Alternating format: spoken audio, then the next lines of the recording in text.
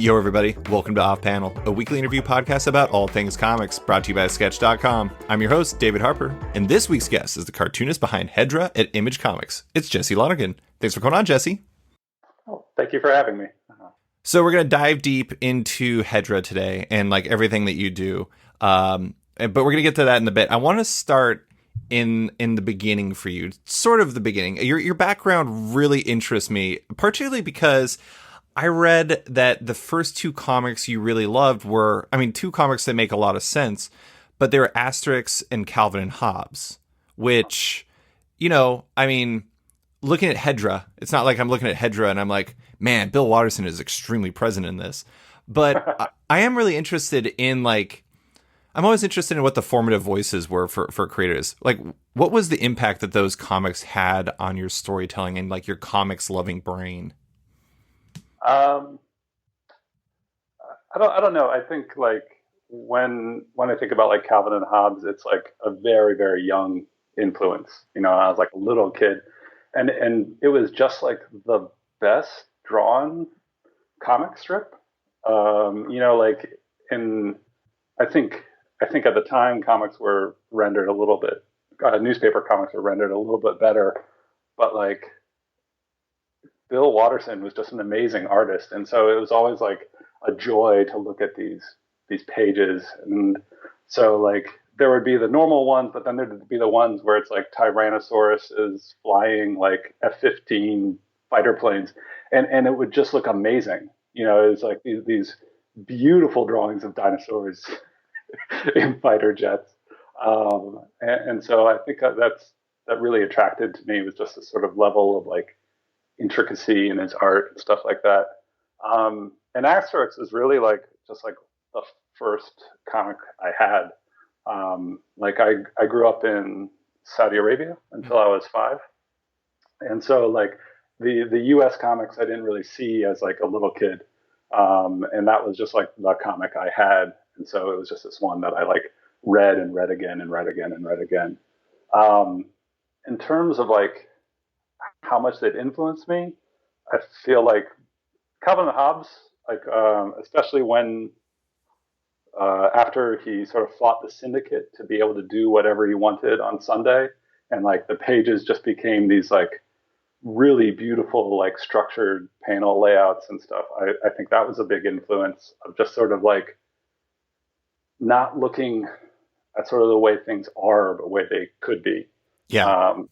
And then with Asterix, I feel there's this immediate sort of surface art with these big nose characters and these very cartoony looks. They look kind of like Smurfs. But then in the background, there's this wonderful detail and this beautiful rendering of trees and water and everything. And so I think when I still look at Asterix to be how did they do the background? And how did they managed to get this level of cartooning and level of reality in the background.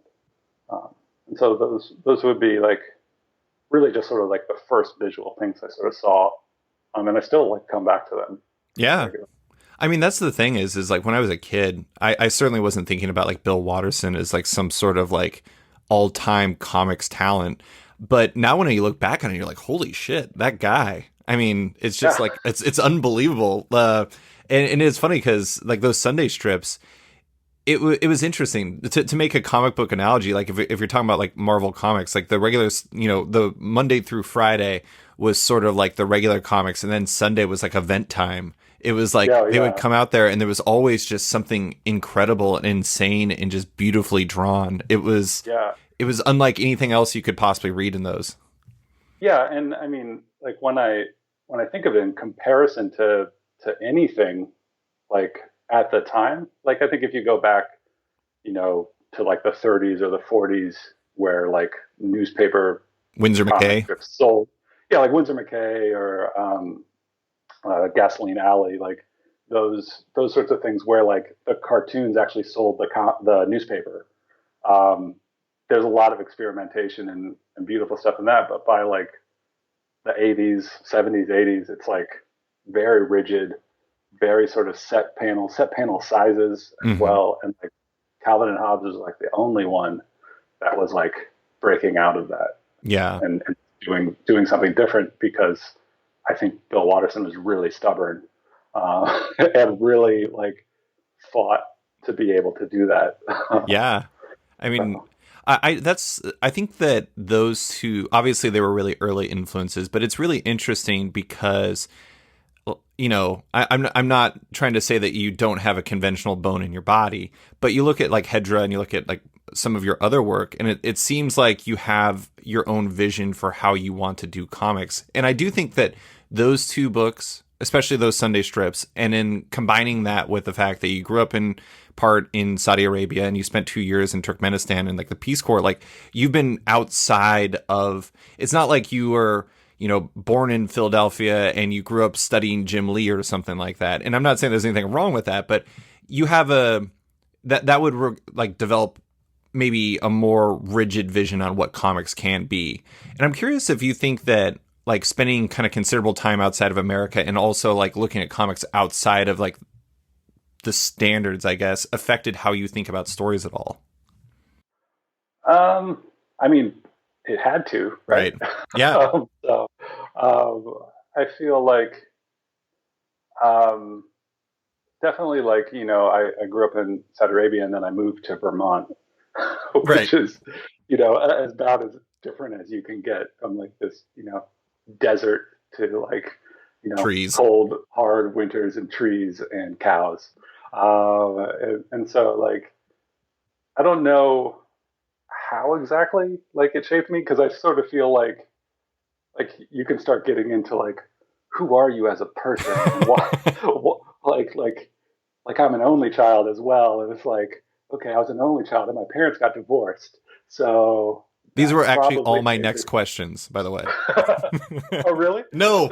Like, what was his first relationship with, and I think all those things have like an effect on you. Um, and I guess I just sort of feel like probably what it is just like that when you're outside of the US, like you sort of just see things differently, and you don't necessarily like, there are things that like you don't really think about, Hmm. that all of a sudden you're like, oh, I guess that might be strange, or that's okay. Like I think the common Peace Corps one that people talk about is like, you live in this foreign country and then you come back and you go to like this US grocery store and you like see this frozen food aisle of all this crazy food, and you're like, wow, that's really weird that we have all this frozen food. But for me, what it was like living in Turkmenistan, like, how sort of concerned the United States is with safety. Hmm. like like a jungle gym. Like, has this jungle gym been like Thoroughly tested? vetted. Is it safe for children to be on? Like, can a 12-year-old die on this jungle? Like, all these things and all these protections. And then in Turkmenistan, like, you'd be like on the Caspian Sea, and there are all these old Soviet Union battleships and stuff that are rusting and falling apart, still in like the harbor, and there are just children climbing all over them, like jumping headfirst into the water. None of them are dying. Right. Like they're all okay, and like I feel like that sort of like changed my perspective of being like, well, you don't need to worry that much Yeah. about stuff. Like, you're probably not going to die. It is interesting how that stuff kind of changes like your perspective. I mean, to bring it back to comics, like I've had friends. Sorry, that's totally off. Oh no. I'm all about the off topic. That. My podcast is called Off Panel. I think that it's actually accidentally made it into a show that's only partially about comics. But I have friends who grew up with military families or in military families. And I don't know if that's why you ended up in Saudi Arabia, but it's my friends, like the interesting thing is like they would spend time in like bases in like Germany and things like that.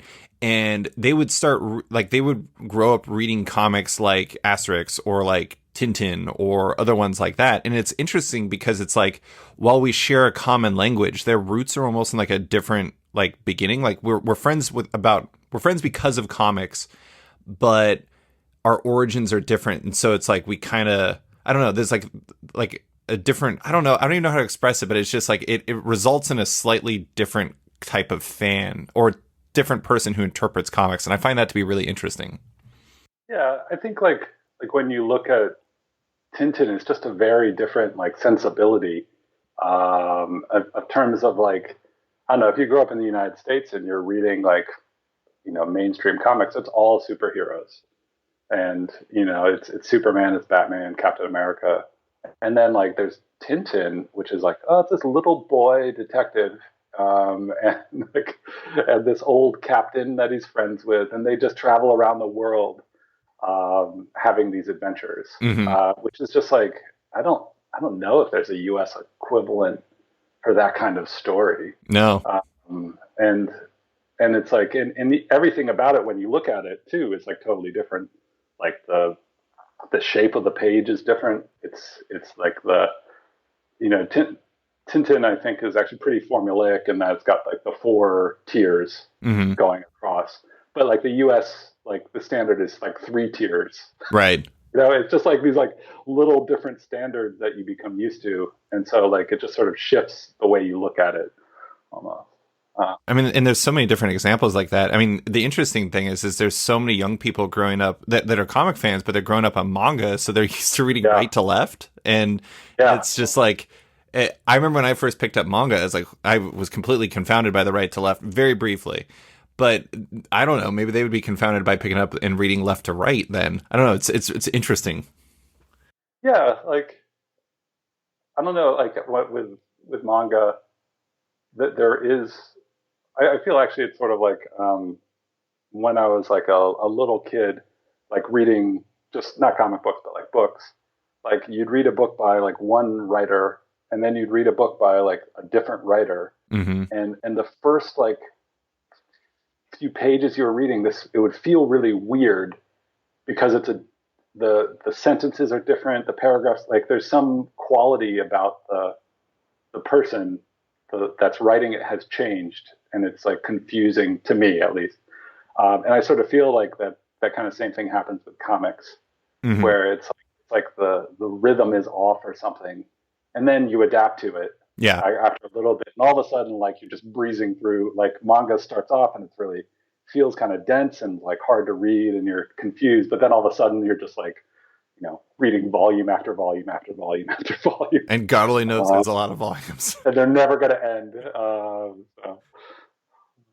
Well, I read it in an interview that you did that I thought this was really interesting. You write in comic form without a script, and then you do that because it keeps you focused on like the visual aspect of comics, which also keeps you from getting too wordy. That was something you said to CBR about All Star, but I do think it's really interesting because Hedra is completely wordless, and it seems like Prime was as well.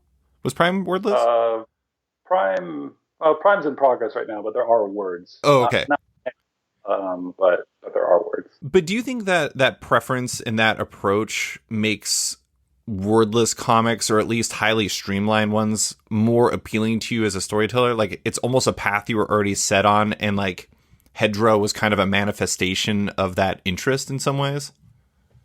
Um, Maybe. I guess I sort of feel like um, I mean I just might not be that into words. Uh, is is sort of sometimes I feel like I guess what I feel is when I look at comics, the words sometimes really matter, but a lot of times they really don't matter. Like, and it depends on the type of story you're telling as well. Um, but like that in a movie, if there was no dialogue or conversation, it'd be really weird because movies have sound. Right. And so like you would be hearing people not talk. But comic books, like there isn't really any sound. So it's like, does like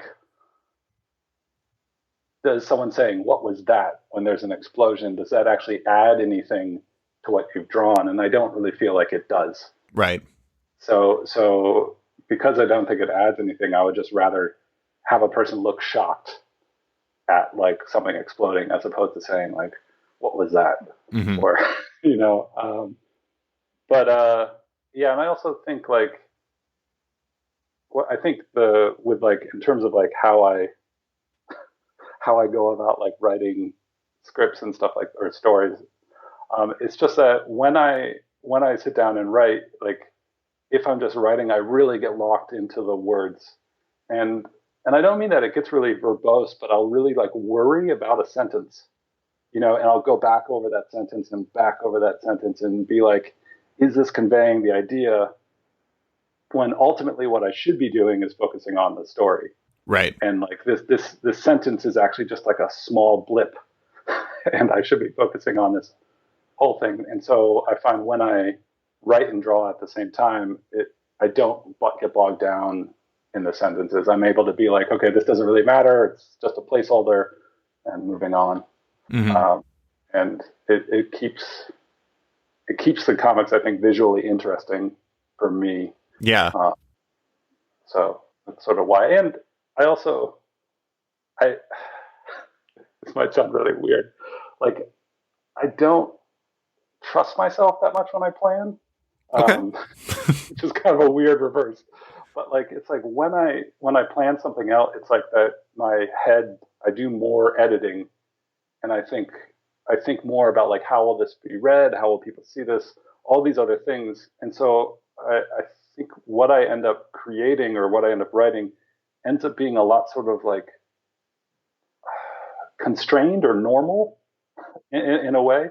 And that if I just sort of draw and write at the same time, it's like my mind is just sort of freed, and I come up with like stories that I find are touching more nerves than I would if I wrote them. Like I would edit out that sort of stuff, and I wouldn't allow myself to be weird because I wouldn't trust the weirdness. Right. But when I'm just drawing, I'm like, that's weird. I'll just see where this path goes, and for me, I find that produces the kind of thing that I like. Like I feel when I get like bored with a book or a movie, it's like it's too normal. Yeah. There's nothing like sort of weird about this, and I want something that's a little bit like different, something that's a little bit like that's a different perspective, or that's like an odd way to go in a good way. I mean, it totally makes sense because if you think about it, it's like, okay, so let's say when you're creating something purely off of instinct, I'm doing hand gestures so nobody can actually see this, but it's like, yeah, I'm sorry for anyone who's yeah, because I'm talking with my hands. there's always two poles to this where it's like, there's like extremely weird in one way or extremely weird in the other way, but like the center is like kind of where that normalcy lies, and it's like I feel like editing to a certain degree pulls you back towards that center because you start thinking about it and you're like, oh, does that really work? Oh, is that really the answer? Et cetera, et cetera. And, I'm guilty of that myself. I just recently wrote a really long article, and my favorite line in the whole article, I cut out because I was like, it's too mean. I can't put it in there. And I stripped it out, and there was a part of me that regretted it. I screenshotted it just so I can look at it myself later on. But at the same time, it's like, I pulled it out because I'd edited it so many times that I was just like, no, I've thought about this enough. It's not the right solution. Now, you could argue that is perhaps a good thing for some situations, but if it sounds like for you, it's like that kind of freestyling, instinctual creation is where it touches into the things that kind of move people in a way. Yeah, I mean, hopefully it moves people. It's also that it's not that I don't edit.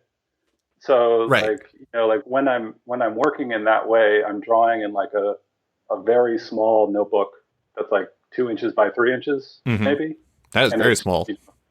yeah, it fits in the pocket, and so like and I'll just sort of like make stuff up and go, and like maybe I'll come up with something good, and maybe I'll just be like, no, that's nothing, and then but I just sort of keep going.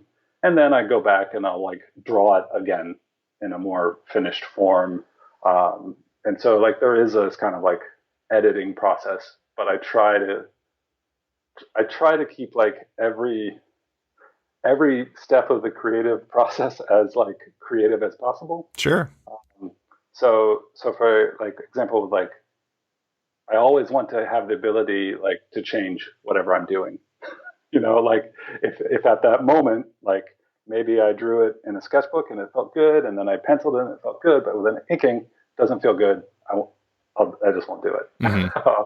And so like I try to keep things as loose as possible, but then go through many iterations. And it's a highly inefficient method of doing things. like with like Hedra, like there are at least an equal number of cut pages as there are pages in the comic. Wow. Like, and they're garbage. They're no they're no good. But like, it's like me working through these ideas and trying these different things, and then just being like, no. Yeah. And so, I think if I planned more at the beginning, maybe that would happen less often, but I think I would be less satisfied. Totally. With what I come up with. So. I think it's interesting in the context. I read an interview with you where you said that you're always trying to. Really, that many interviews? I'm sorry. I'm like a meticulous researcher. No I had this one guy on my podcast where the very first question I asked him about was how he was in a ska band in his 20s, and he was like, "How the hell did you find that out?" I was like. And I was like, dirty little secret. I mean, I like ska, so I was like, this is cool. I do too. Yeah. It depends on the ska band. Yeah. But it's just like, I always find that like, I don't know, this is my personal process stuff. I find a lot of times that interviews get to a point where they ask a question that opens up something interesting, but they don't follow up on that. And sometimes the most interesting part would be following up on that. Thus, like, why I read so many interviews. So apologies about that's the last time I'm leading with that. But you said no, that's fine. You said that you draw quickly because you, as you said, like why spend 2 days on a page someone will look at for under a minute? And I thought that was a really interesting perspective because it's like, I think that ties into the instinctual nature. I think that like, especially people who work digitally. I don't know if you work traditionally or digitally. It looks like probably traditional based off of a mix. Traditional with like digital color and digital editing. Yeah. I mean, it's like when you're working digitally, I think people can get lost in perfection where it's like you're constantly doing like the undo, redraw. And I don't know if that is the best way to create work that makes people feel something. It's a way to make something that's more technically perfect, perhaps, but maybe it's not the right way to create something that elicits emotions in someone, if that makes sense. Right. Yeah, I guess I feel there's like two parts to that question. Sure. So I'm going to try and remember both parts while I digress. So like with like drawing like fast, like that really came from like with the attitude of like, why spend 2 days on something that people are going to look at for like a second, was like I did a comic book and like spent a long time like drawing all these buildings and drawing all the windows in the buildings and also drawing like the shades in the windows in the buildings and like, all of this detail, and then watching people read it and just like, it's just like they look at it, they read the text, they see the idea, and then they just turn the page. And it's like, it just like kills me to like watch that happen. I bet that was a great building though. It was an okay building. But like, and so it's like spending all this time to create something. And then like, I think with that, it's like, well, you're spending a lot of time on a building in the background. That's not that important. So maybe prioritize. And so I think that's like part of my reason is like drawing faster because of how long people will look at something. Sure. But I also think like if you spend a long time on something, you should be putting enough stuff in it that people will want to look at it for longer. And so like if I'm going to draw something and spend like days on it, I want to cram as much things in there so that it will reward people actually looking on it, right? Looking at it, while a building with a shade down and then the next shade is actually halfway up, that's not particularly compelling. So I shouldn't be annoyed if somebody doesn't look at it for long because it's just a building. But if it was a building and there was like interesting things happening in every window, I think that would actually probably stop people. Then they would look at it. And so like, it's not that I'm like, don't spend a long time drawing, but it's like, there should be a reward for the person looking at it. Which if you're spending a long time like drawing a tree, I guess it should be a really, really good tree. Yeah. It's like, you don't want to do detail for detail's sake. You want to do it, you want to give it purpose. Yeah. And then I think also the thing with like, you're talking about like that sort of perfectionism of like form and stuff. Like for me, like I think computers now are at a level where you can really get like a good line quality on it from Clip Studio or Procreate. There can be stuff where it's like I can't tell if it's digital or not.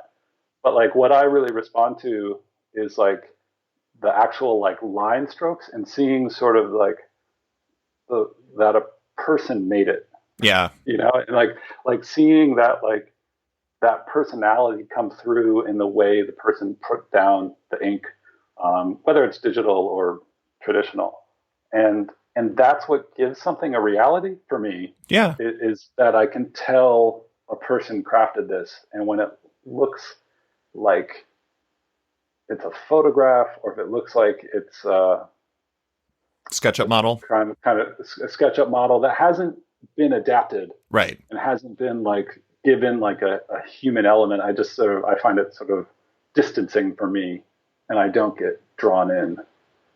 It's like you want to see the artist present. Yeah, yeah, and so like for me, like someone like Joe Kubert, like I don't necessarily care about the stories that Joe Kubert was illustrating, Mm-hmm. but like there is so much like personality just in like the lines that he's putting on the paper, and that's what I respond to. And so I don't think you can get that by being too much of a perfectionist. Sure. I think there needs to be like a looseness, like the possibility of failure as well, for it to have that kind of energy to it. I find that a lot of people who traditionally ink do it there's two different reasons you might traditionally ink today. One, you do it because you want that raw feel. You want that like looser hand. The other one is you really like selling original art. One of the two. Or both. Well, or both. Yeah, I think there might be that. I think also for me, I would love to work digitally, but it's the loss, like the having to relearn what I'm able to do with like a brush on a piece of paper. I can't do digitally. Right. Like I'm not there yet, and it will take me a lot of time to get to the point where I'm working digitally and drawing the way I want to draw, and I'm just not patient. Is that so is that a tech issue, or is that a like you just haven't figured it out yet? I mean, I think it's like a whole body thing. It's like sitting with the paper has a certain posture. It has like the friction of the brush on the paper. Like the viscosity of whatever ink I'm using. All of those sorts of things. And then I think when you switch to digital, for me at least, like there's like I've watched some people draw like using an iPad on Procreate, and it's beautiful. It's like just like wonderful. I wish I could do it, but like the feel of like an Apple Pencil on an iPad screen for me is just like a totally foreign feeling. Yeah, and it there's no resistance in the same way that you get from like a pen on a paper. Mm-hmm. So it's like that whole thing, and I'm getting better at it. Like I'm more comfortable, like if I don't like something, just doing it quickly digitally, like just editing it or redrawing like a small section digitally. But I think just overall, I like paper. Yeah. I'm the king of unnecessary sports and pop culture references on this podcast, and I compare it like to like I'm a huge basketball fan, and if you shoot really weird in basketball but it's effective, it's more important to be effective than it is to do things like the most like cosmetically correct way. And Right, yeah. I think that's kind of the similar case with all that. It's just like whatever works best for you. I mean, like if you could do it more efficient, but it doesn't feel right, then do what feels right. I mean, and I feel that like people post videos of themselves drawing, and I look at the way they're holding like the pen. Mm-hmm. And I'm like, wow, you really hold a pen. I'm amazed. Yeah. That it works, because like some people like once again I'm doing a visual thing, but like basically their hand is a fist, and then they have their thumb, and they put the pen in between their thumb and their forefinger, and they just draw like that, like basically with a fist. And I'm like, I can't imagine drawing like that, but it works for them. And so like, who cares? I You saw somebody know, do like, it where it was in between their middle and ring fingers, and I'm like, what in the hell? Dylan. How would you even Yeah, like how would you decide to do that to begin with? how does that start? I don't know. And then maybe it was just that I was like, following the rules, and it gave me that like this is how you hold a. Do you remember those pencils? There Yeah, was like those little like the specifics. pencil holders Hmm. that would tell you how to hold it, and maybe I just had one of those for too long, and I'm just like, no, you hold it like this. We found the one place where you completely follow the rules, how you hold your pencil. I think I'm pretty consistent in how I hold a pencil. That's good. Well, let's talk about Hedra in specific because I'm going to do the solicit. And the solicit, did you write the solicit? Yeah. Okay. I think I wrote like 90% of it. If read it back and I'll remember. So here it is. In a glorious exploration of the comics medium with echoes of 2001: A Space Odyssey, Flash Gordon, Chris Ware, and Mobius, a lone astronaut leaves a world ravaged by nuclear war in search of life. What she finds is beyond all explanation. It's a oversized this is me talking now. It's an oversized one shot that was published in Image. It is fantastic. The funny thing is, one of my favorite things about this is I told you before that me and this other critic have been like hyping it up a lot on Twitter.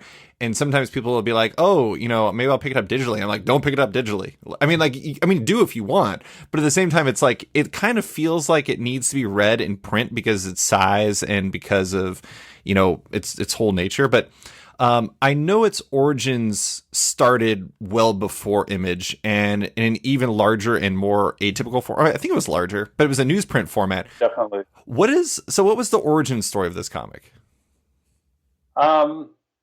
So, I mean, it sort of came out of like you mentioned All Star earlier, and like All Star was like 200 pages, and I worked on it, I don't know, 2 years maybe, like a long process, and it's a story set in the real world in a small town, and it's just like 2 years of drawing the real world in a small town and like sort of working in this kind of like normal storytelling pattern, and I was just like, I can't do this anymore.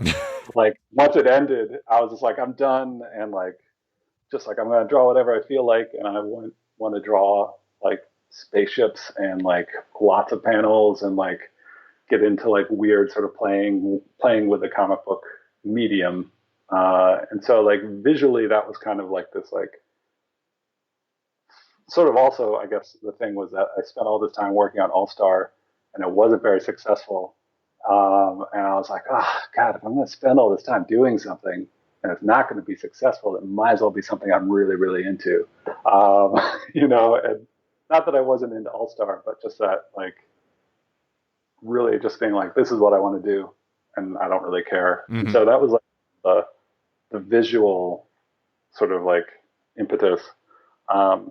And then like, as I was getting sort of finishing it up and thinking about how to print it, it's a big comic. Like, I mean, like I drew it the same size as any comic, but like the panels are so dense. I think it's really rewarded by being larger. Right. And like figuring out how to go larger. And a friend of mine just mentioned like, oh, you could try like newsprint. And so I was like, oh, that would be cool, because I felt like newsprint really fit with the story, like this kind of like this classic Flash Gordon type thing, like old newspaper comics. It would be cool to like do that. And also like newsprint was sort of like the affordable way to go big. Yeah. I had to print 1,000 copies. So it's not like you can do like a small print run of newsprint. Yeah. But printing 1,000 copies, the actual cost per like unit was like affordable. And so like it just felt like a good fit. And also that I think like with I'm trying to organize that thought. With like, being at like indie shows and looking at indie comics and stuff, and like how do you let people know what your comic is very, very quickly? Right. Because like when you're at like an indie show, or I guess a mainstream convention too, like people like pick up like a book and they want to know what it is, but they don't actually want to sit there and read it. You know, like they want to know, like, do I like this? Do I not like this? And of course, like they're on the other side of the table and I'm standing there. And they're like, oh, he's just like looking at me, looking at his book. Like, do I like this? Am I interested in this? You know, and sort of like thinking about like how I could use like the form of the book to signal what kind of book it is. Yeah. Right. And so like I think like if you're talking about like an indie comic or a mini comic, and if somebody like puts it together and they just do like 8.5 by 11 folded over standard cover stock, it's like, this looks like Every other you comic. didn't think every other comic book. Right. And so it's like, even if you were to just like be like, well, I'm going to print it at 8.5 by 11, I'll cut an inch off the top. All of a sudden it's like a different shape. And it says to me a little bit different, you know, and so thinking about that with Hedra, it's like, it's this big, weird, wordless comic. Like, I want people to know that. And like putting it on newsprint, it's just like, yeah, this is not like the other comics looking at. And so I felt like newsprint just seemed like this like perfect fit for the kind of story I was telling, and also like the kind of comic that it was. I love that it works it works on like three levels. It's like, it works from an aesthetic for the story you were trying to tell. It works from a price standpoint because it's more affordable to do. And then on top of that, it also has that implicit understanding of this is the kind of comic it is. It's like, in a lot of ways, it is like, I don't know, it's perfect. Did you try to convince Image to publish it in newsprint? No, I didn't. So so the newsprint, and I agree, like what you said, it does work. And I really wish I knew that beforehand. I feel like You would have printed this more. insight is something I've gotten like afterwards. Like I'm like seeing, it's like, oh, this works because of this and this. But like with the newsprint, I guess with it going to Image, I did want it to look different. I didn't want it to be the same as the newsprint edition, and sort of leave the newsprint edition as itself. Mm-hmm. And also, like there were sort of problems with the newsprint edition. Like one for like shipping, it was so big, and I didn't want to like fold it up, that it was actually had to go as a package, which like bumps the price up, like shipping $3 or something. And if you're shipping internationally, all of a sudden it becomes like $25. Right. That was a problem. I actually had a difficult time like getting comic book stores to take it because it was so big. Shelving. Shelving. They're like, how do I display this? You know, like if I put it on my like rack, it'll just flop over. You know, and then it becomes like, oh, do I sell it to comic book shops bagged and boarded so nobody can, like, and sealed so nobody can really look like? And I just like going like with it, because I know it was going to get like a bigger print run, like closer to like standard would be a little bit better. It's still bigger. It's still bigger, yeah. And actually, like it's actually in terms of like the image size, it's the physical image size. It's actually very close to the newsprint. Mm-hmm. So the newsprint had like huge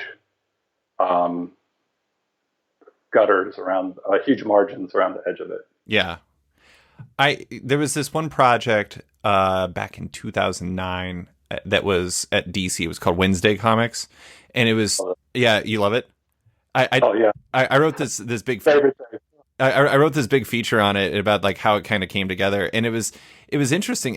A lot of ways it like was touching on. It was doing what you were trying to do, but obviously on a much larger scale. But like Mark Chiarello really he wanted it to evoke those feelings. And then I think there's something really interesting. It's like how newsprint can like, it's like you touch it and you see it and it immediately like takes you somewhere else. It's like it can transport you to a different time and a place. The thing is, before even I looked at it, like the thing that really appealed to me about Hedra is I really appreciate people who do things different. And like Image did this other one shot, like oversized one shot in 2018, I think it was. It was the terrible Elizabeth Dunn against the Devils in Suits, and it was by this. Actually, what's that? They meant when we were talking about printing it, that was one of the comics they talked about. Yeah, and but it was great because it was like I really appreciate the fact that it was like a one shot story that like was, its whole thing. You don't have to buy another issue. It just like whammies you, and that's it. And like before anything, the funny thing is there's two things that sold to me. One, I knew it was oversized and it was like a one shot, and then two, I saw you posted a video on Twitter where you flipped through it. And and when I saw that, I was like, holy shit, I gotta get this book. Damn. So that video was a great idea. Oh, thanks.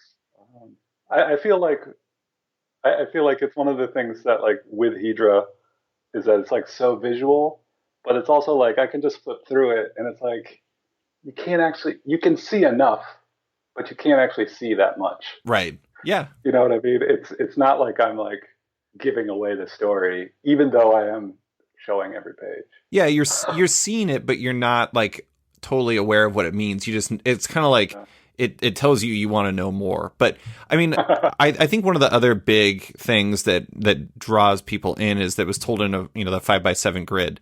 But I think it's really interesting because it's like not at all. It's not like you're not doing like Watchmen or something like that where you're doing a 9-panel grid or something like that. You're using it in a completely different way than is often used in a grid.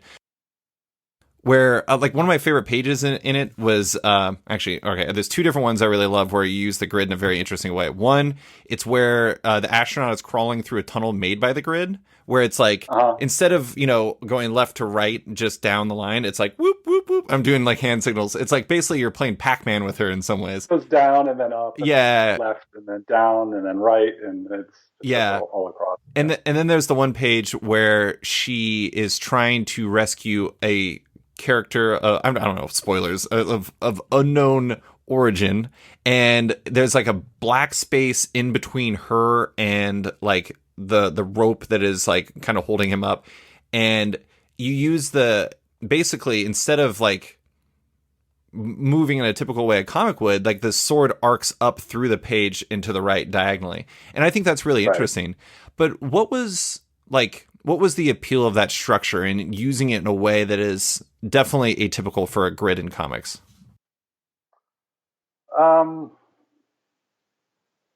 I guess I sort of kind of was thinking of like there is like sort of the standard way of looking at like a grid, which is basically like you read it the way you would read a book, and you start on the left, you go to the right, then you go down to the next level, right? Go down to the next level.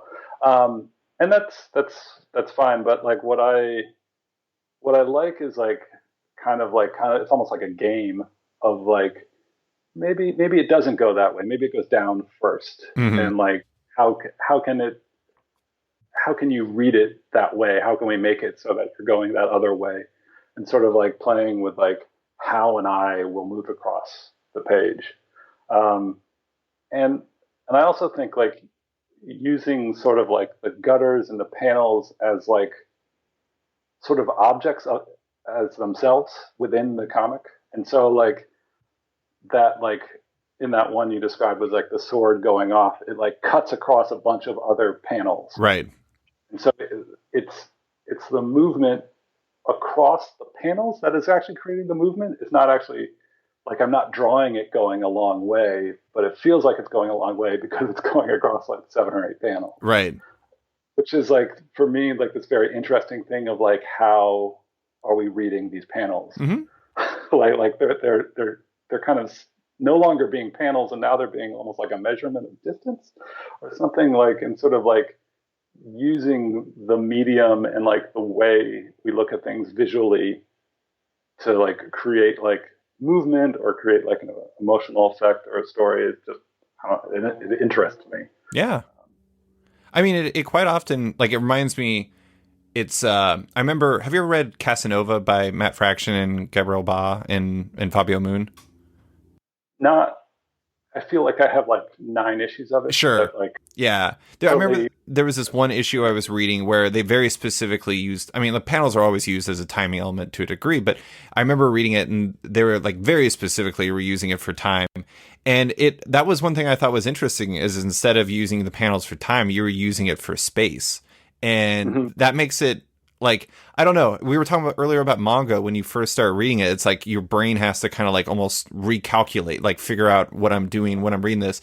And I say this in a purely good way. It was like reading Hedra. I was kind of like, as I was reading it, it was like sometimes, like even in the early salvo where like nuclear bombs are being shot in all these different directions, it's like moving all over the page and like, in not like directions that are, I don't even know how to describe it. It's just like, there's no real rhyme or reason to it, but there is rhyme or reason when you look closer. And Right. it makes it a much more interesting read because of it. Also, I know this is a terrible thing to say, but all the lines and all the missiles, like it was like almost like a bit of a Doctor Strangelove comedic effect to that to a certain degree for me. Yeah, yeah. I felt kind of Like bad about that's that. really fun. No, like I for me at least, I think there are funny things in Hedra. Like I don't know that like I've seen anybody talk about it. People just sort of talk about the layouts and stuff, but I there are things that I think are like sort of humorous. And like the missiles going off, I kind of think is funny, Yeah, but it's I guess it's a dark sort of funny. And like a big Stanley Kubrick fan, and so like I don't remember now, but I probably did look at the end of Doctor Strangelove because there's a lot of good nuclear bomb explosions. Like at the end of it, I'm just like, oh, what, because you don't want them all to look the same. Um, but yeah, it's sort of like I don't know. I feel like there is this easy tendency to look at like a comic book page and think of as the panels as time and as a grid as creating sort of like a metronome a effect, rhythm. Yeah, a rhythm. But I guess I don't know how much I actually buy that, sure. because I'm like it's not a rhythm, it's a pattern, and it's a visual pattern, not a time pattern, because there is no time. Like because like people look at it like if you make a movie, like you're going to have this shot be 15 seconds and the audience is going to look at that shot for 15 seconds. Like Mm-hmm. they're not going to, I mean, now Netflix is changing it so you can watch it at double Don't, speed or whatever. ugh, don't get me but like, started. but like with comics, like, it doesn't, you can't actually control how long someone's going to look at a Totally. panel. And so I don't deny that you can create a sense of time, but I think sometimes like you might see like a drawing and it's the same drawing like 3, 4, 5 times in a row. And I think the intention is that's supposed to make it seem like longer. Right. But my mind very quickly is like, no, that's the same drawing. That's the same drawing. And I actually go through it very quickly. You know what I mean? Like it actually makes time speed up if it's the same drawing because I don't look at those drawings. You know what I mean? And Yeah. so like I feel like it can create like a rhythm, but that rhythm is hard to play with because you can't control the reader.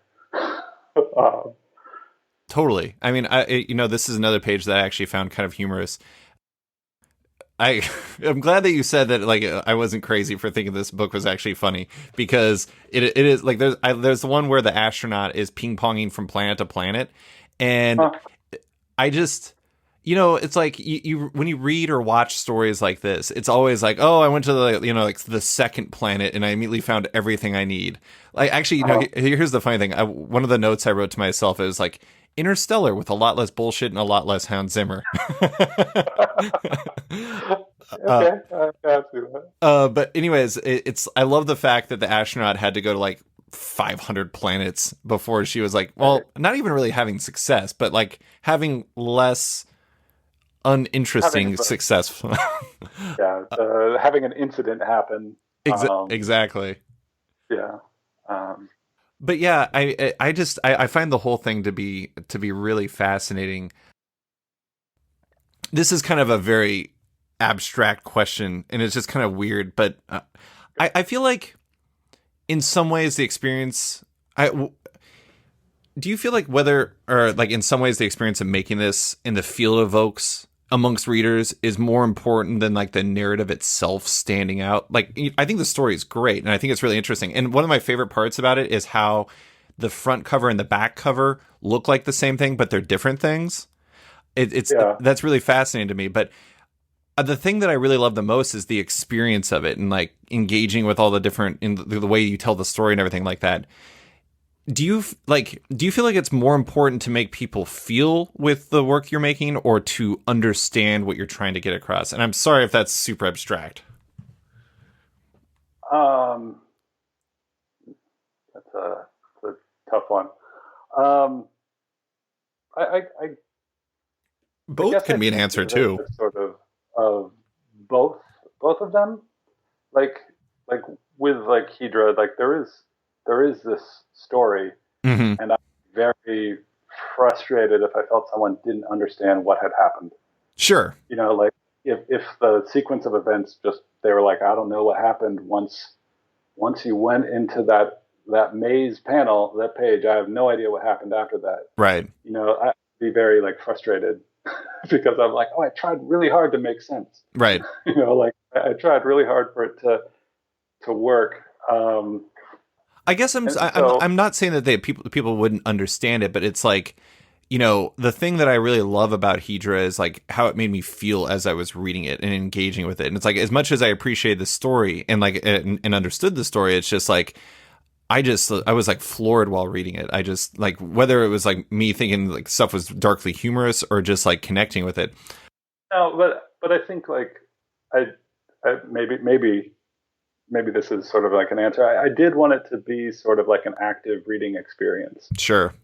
Where like you're looking and sort of like making sense Hmm. of something as you're looking at it, or like maybe the page isn't necessarily intelligible at first glance, but then when you look a little bit more, like, oh, it starts making more sense. And because I guess I find when I read something, I find that attractive, Hmm. and it feels like I'm a little bit more involved in the story if if I have that sort of active involvement in it. Yeah. I mean, I think you could also make the argument that like all of this sort of like panel stuff and like these layouts are detracting from the story in a way, like that it pulls you out of the story and it doesn't make it feel real. Um, but I don't. I but mean, honestly, I I, don't. I think. you could make that argument. I don't really agree with it. I think you could say that like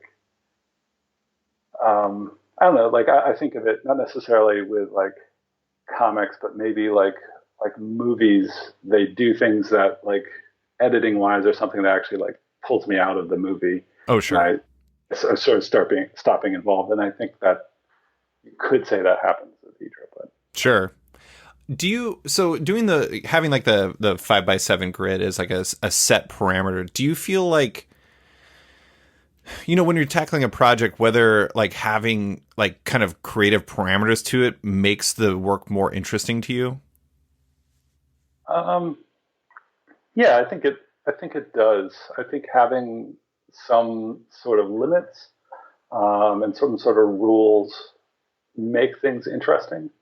Um, and so like with the 5 panel, like there are definitely times where I like bumped up against this grid and I was like, why did I, why did I do it this way? Because like I can't do like a half page Right. image, right? Because it's 5x7. So it's either going to be split by 3 and 2 or like 4 and 3. Like there's no, and so like there'd be times where it's like, oh, I want it to be in the split and I can't because I've made this rule.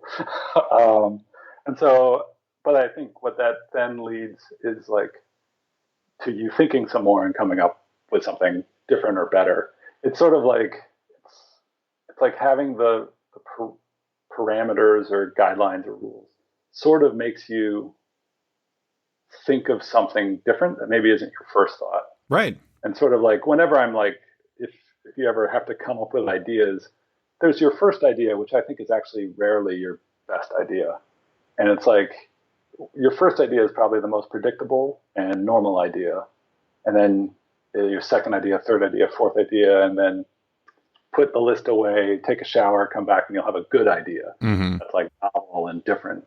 And so I think having sort of those rules sort of prevents maybe that first idea from getting too much voice and allows you to be like second, third, fourth idea. Yeah. This is totally the opposite of advice for how to take a test. I do think it's interesting because it's like comics, and I'm not defaming any comics by saying this, but I do think that a lot of comics have, like, they make comics the way that everyone has always made comics because that's the way comics have always been made.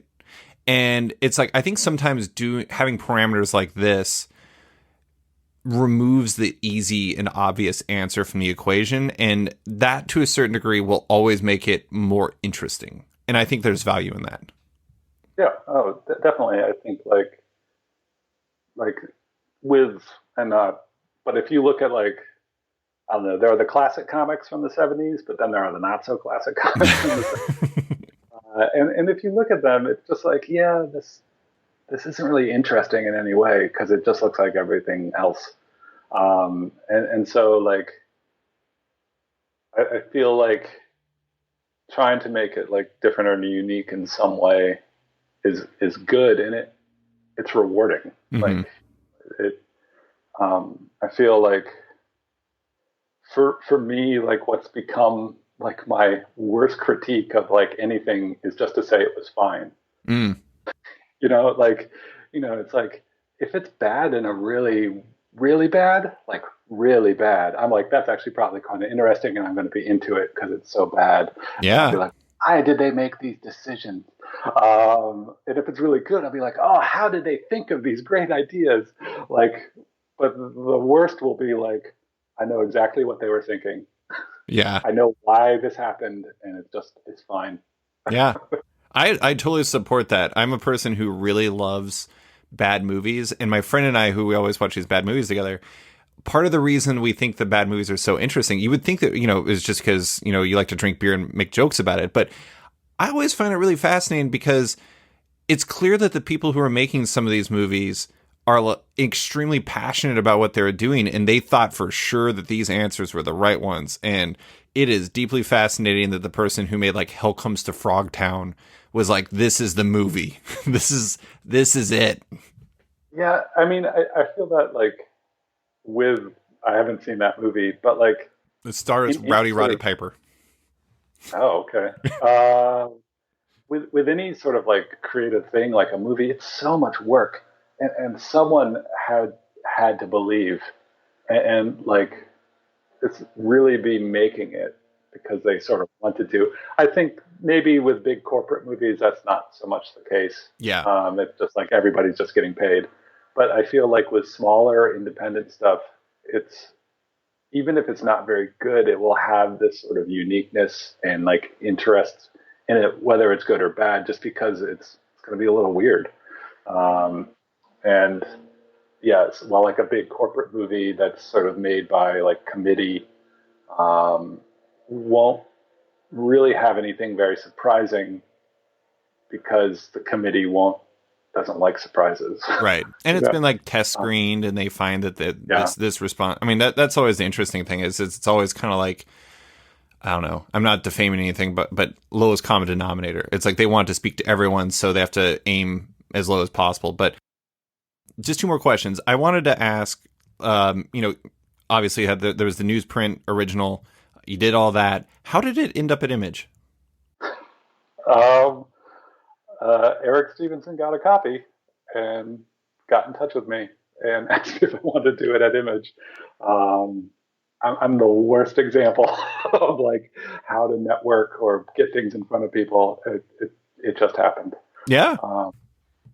I mean, that happens. I mean, I guess that gets down to like, you had an idea that you wanted to do and you came up with a unique way to do it. And, sometimes it's like just chance. It's like if the right person gets it in their hands, next thing you know, boom, it's at Image. Yeah.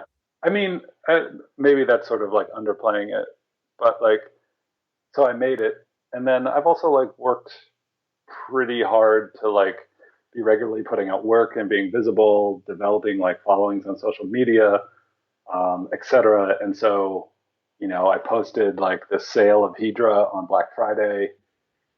The right people retweeted it, and then the right people saw it, and the right person got it. Yeah. So like it, in a way, I didn't do anything, but in a way, I did a lot. It's just none of it is like I didn't write a beautiful pitch letter. I didn't like go to a party and schmooze and tell interesting stories. You just made the comic. I just made the comic. Yeah. Well, I mean, there's obviously value in that, but I mean, clearly it's not just Eric, though. I mean, the first print did sell out.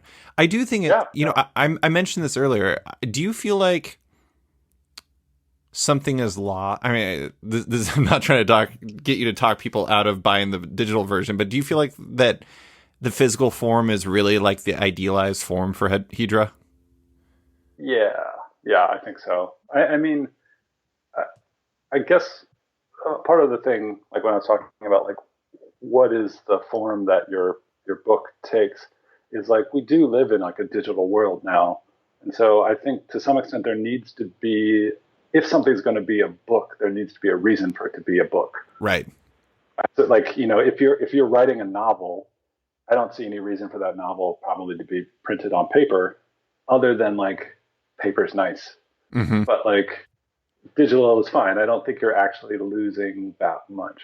But with comics, I think they are a visual medium, and I do like books, and so I think I don't know if you can read it. I don't even know how comicsology like broke Hedra down.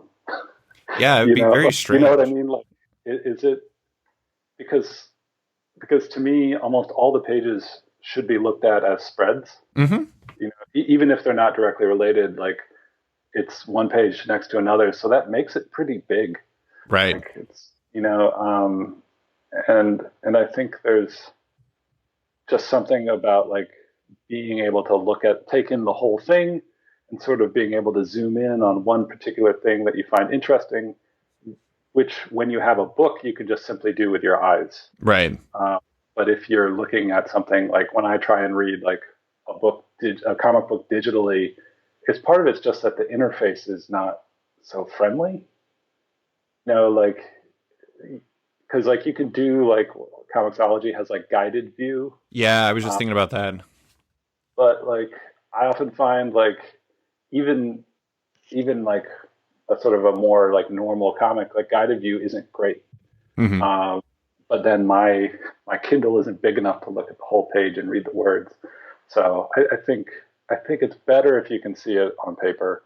Um, but it might also work on digital as well. I mean, if you can look at it on a computer screen, it probably looks all right. I don't know how, Yeah. how digital comic book reading works. I'm just trying to Um, think of guided view. Like there's the third, well, I guess it's fifth and sixth pages where it's like bombs are dropping, and then there's the farmer, and then there's a destroyed like cityscape, and then there's like bones at the bottom.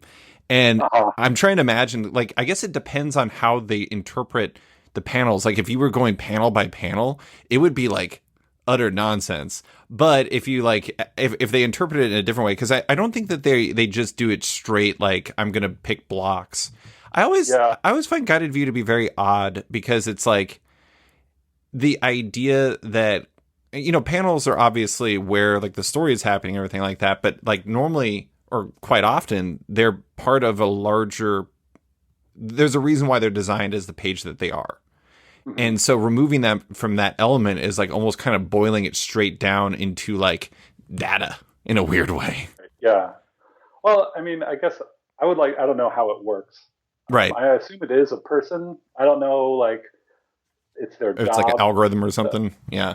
Well, but it's their job, and they have to do 50 books a day, or I don't know. Oh, yeah. Yeah. But I like to think whoever had to do it really cared a lot about their job with Hedra, and also probably hates me because like they're like they look at this and they're like, there's no way to put this, like he's got like a spread going across 3 panels for 2 pages, but the rest of it is not a spread. Like, so like, how am I supposed to do a guided view? Like, but it probably is someone who doesn't care that much and is just doing like page 1, page 2.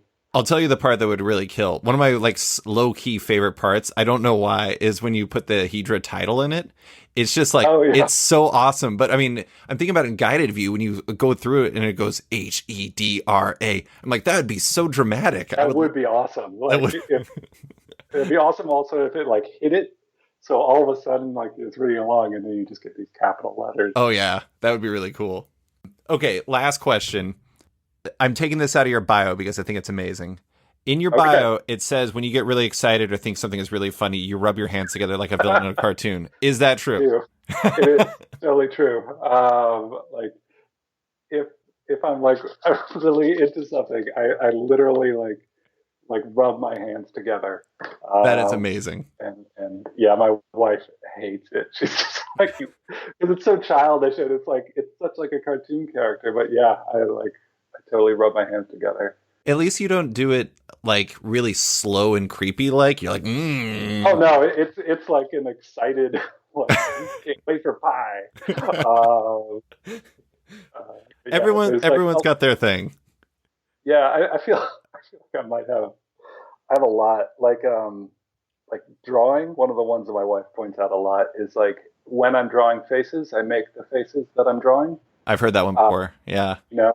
So like she'll just like be like, and it just goes on so long of me like grimacing or smiling or whatever. I also like check the soles of my shoes before I put them on every time. Oh sure. Like like just pick them up, look at the bottoms, and then put my shoes on. And I don't really know why, but I just always do it before I put them on. I have 2 things I can share to like balance out like the things that we do inequity we have right now. One, so have you ever seen Zoolander? Yeah. Okay, so he makes all the faces that look exactly the same. Right, I make that face when I'm deep in thought. I'll just be sitting there and I'm like throwing blue steel as I'm writing, and my wife is like, "What are you doing?" And I'm just like. And it's like, it's really weird. I don't know why I do it. I didn't even know I did it until my wife pointed it out. And now, like, sometimes I'll just be sitting and thinking, and she'll take a picture of me and then show it to me. And she's like, this is what you look like. I'm like, God damn it. And then the other one I do is also shoe related. I like obsessively tie my shoes. Not like I want my shoes to be as tight as like humanly possible, inexplicably. Anyways, and so that's like, instead of checking the tread to make sure that they're set, I'm checking to make sure that they apparently won't fly off my feet as I walk. I don't know why, but you know, everyone's got their thing. Yeah, everyone's got little ticks and weird things, and I think as you get older, they just get worse. Oh man, maybe I'll have to throw down Magnum eventually. I guess I'll move on from my model faces. But Jesse, that is all I have for you. Thank you for coming on to talk about your art and Hedra and rubbing your hands together like a supervillain. I love it. No problem. Thanks for having me. It's been fun. Thanks for listening to this week's episode of Off Panel with cartoonist Jesse Lonergan. You can find him on Twitter at Jesse Lonergans with an S at the end, on Instagram at jesse.lonergan, his website at jesselonergan.com, and his work in Hedra at Image Comics. As a heads up, Off Panel is once again brought to you by Sketch.com. Check out the new version of the site and consider subscribing for access to all the site's content and its members-only forum. If you're a fan of Off Panel, make sure to check it out on Patreon. If you back the show on there, you not only support it, but you get early access to each week's podcast, access to weekly content, and more. Also, don't forget to subscribe to Off Panel on iTunes or Spotify and give the show a rating and review while you're at it. You can find Off Panel and Sketched on social media by liking it on Facebook at /Sketched, that's SKTCHD, following it on Instagram at @SketchComic, following it on Twitter at @SketchComic, or following me at @SliceFriedGold. Big thanks to all my existing patrons, including SB, Antonio Offen, Nick Bennett, Daniel Whitfield, Scotty Young, Susanna Polo, Jeff Weir, Reed Hinkley Barnes, Mario Tiambang, AbductedTheComic.com, Andrew Carita, Matt Mahoney, Charlie Chu, Stephen Hall, Dan Lee, Pensacola Pop Comics, Kim Eslin, Philip Mara, Christian Shelton, Kenny Porter, Chris Pachalo, Torrin Grunbeck, Fuzzbubbles, Christopher Todd, Transmitter Down, Harry Sayer, Waltz Comics and Books, Carl Mizell, Danny Ollie, Paul Slade, Sakil Wilson, Alex Dimitriopoulos, Terry Dodson, Liana King as Keegan Ray, Milton Lawson, Wesley Gift, Sean Kirkham, Harry Small, Alistair Ross, Julio Anta, Brett A. Schmidt, Jason Goodmanson, Paul Reinwan, Vita Ayala, Tara Ferguson, Dave Slusher, WMQ Comics, Akil, Kokachi, Phil White, Sean Pinnell, Ken Heidelman, Philip Seavey, Al Ewing, Ryan Alcock, Nick Michelin, David Kelly, Robert Wilson IV, Nick Polito, Owen McCready, Brendan Fletcher, Gary Maloney, Jonathan Nielsen, Matthew Groom, Jason Assey, Adam Bogart, Xavier Fowles, Matthew Taylor, Tyler Turner, Nick Patera, Jacob Sorelli, Ford Gilmore, David Brawley, Ira James Udaskin, Nick Hall, Bjorn Basin, John Hendricks, Steve Anderson, Ian Maxfield, Cliff Chang, Benjamin Shipper, Colin McMahon, Chris Palmer, Scott McGovern, Nathan Fairbairn, Kat McKenzie, Greg Rucka, Adam Highfield, Fiona Staples, Carissa Hallren, Mark Abnett, Mike Murphy, Michael Shirley, Tom Barnett, Jim Demonakos, Norbert, Nick Lowe, James Kaplan, and Mission Comics and Art in San Francisco. You guys are all the best. A quick thanks to Upright T-Rex Music, wrote, performed Odd Panels theme song just for the show. Check out their music on Spotify because it's completely delightful. Thanks for listening, and tune in next week for another episode.